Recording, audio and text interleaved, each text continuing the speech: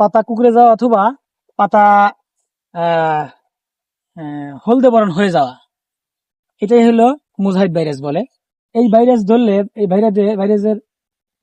Virus একদম বেগুন গাছকে শেষ করে দেয়, যা একটা কৃষকের জন্য অনেক দুঃখজনক ব্যাপার। হাড় ভাঙা পরিশ্রম করে একটা কৃষক যখন ফসল ফলায় অনেক আশা নিয়ে, কিন্তু যখন এরকম ভাইরাসে আক্রান্ত হয়ে যায়, এই দেখেন এই যে প্রত্যেকটি গাছ এরকম ভাইরাস হয়ে গেছে।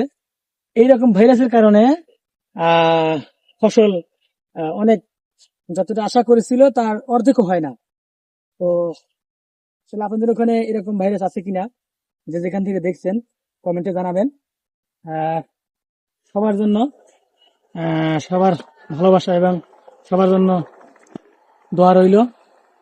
তো সবাই ভালো থাকবেন, আর কমেন্টে জানাবেন যে আমাদের ভিডিওটা কেমন লাগে আপনাদের কাছে।